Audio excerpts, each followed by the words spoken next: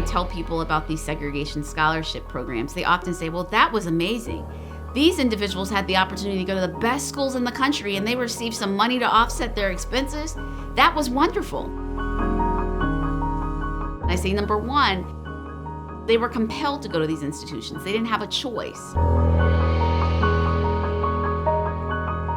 And number two, these are individuals who are forced to travel while Black during the age of Jim Crow.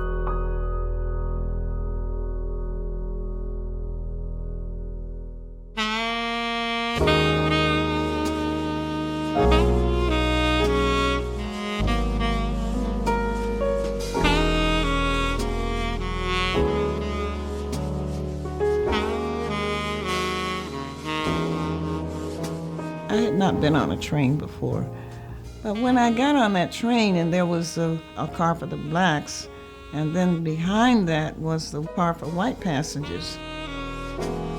As I remember, it was a train that took me up to Boston, and in a segregated car. Could you help paint the picture of what the actual physical journey was like?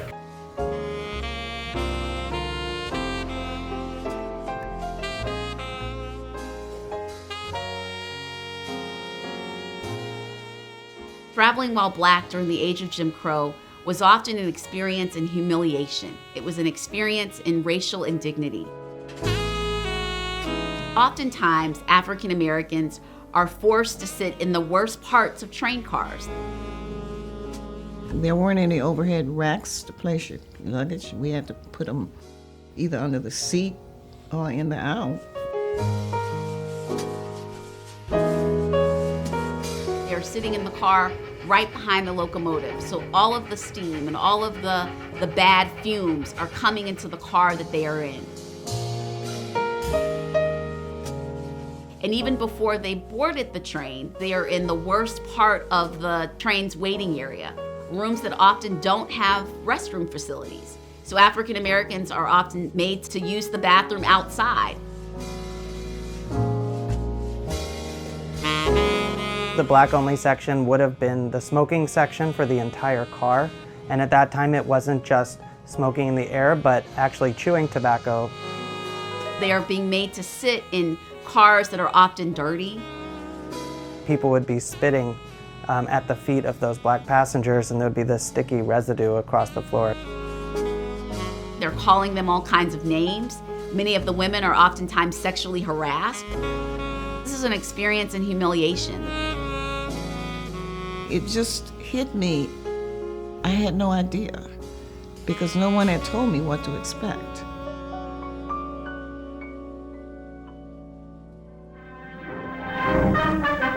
Well, it appears that everybody's ready.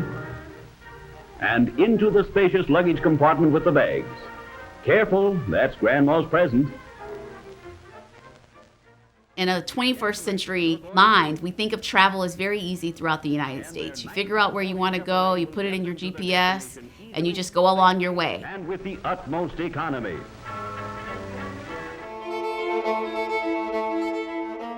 Throughout the era of legal segregation, hardly any of that was possible for African Americans because many gas stations and many hotels refused to serve them.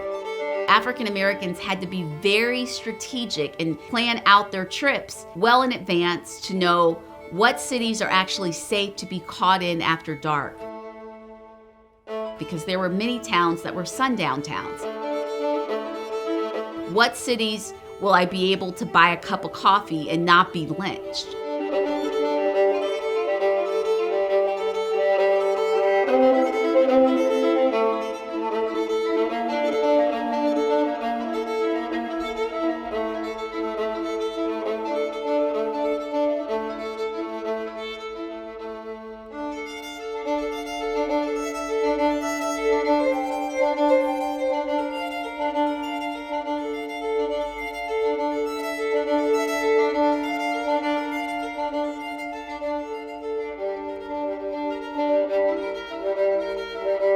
The Green Book really becomes the GPS system that we all use today to ensure that a traveler could go to their destination and get there safely.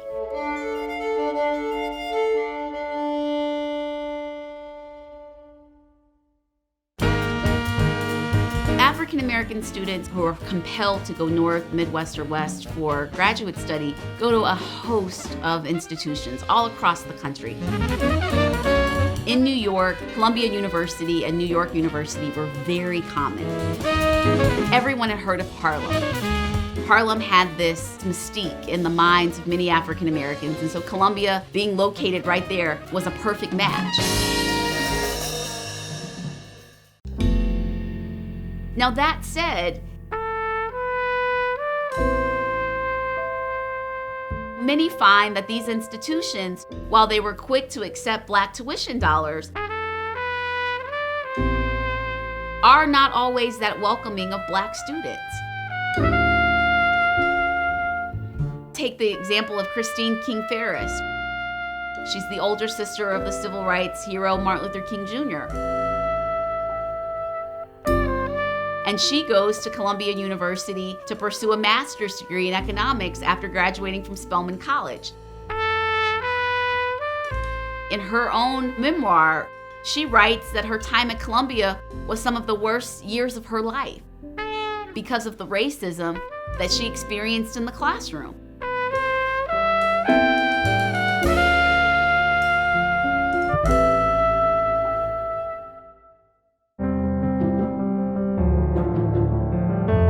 In most states, the majority of segregation scholarship recipients were Black teachers. They wanted to have advanced training to ensure that they were keeping up with trends in the field. So many African American school teachers are receiving segregation scholarships to go several consecutive summers at places like Teachers College or NYU or Penn State to get that master's degree in education.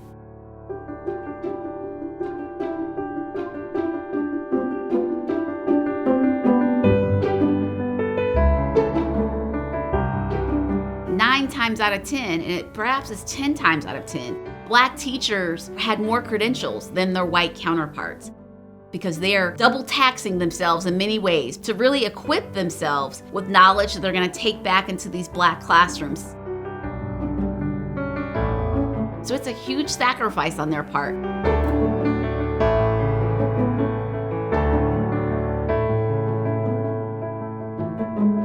But it shows you their commitment to education and their commitment to ensuring that Black students have everything that they could possibly have, even if they are in the institutions that are very under-resourced in terms of funding from local school districts.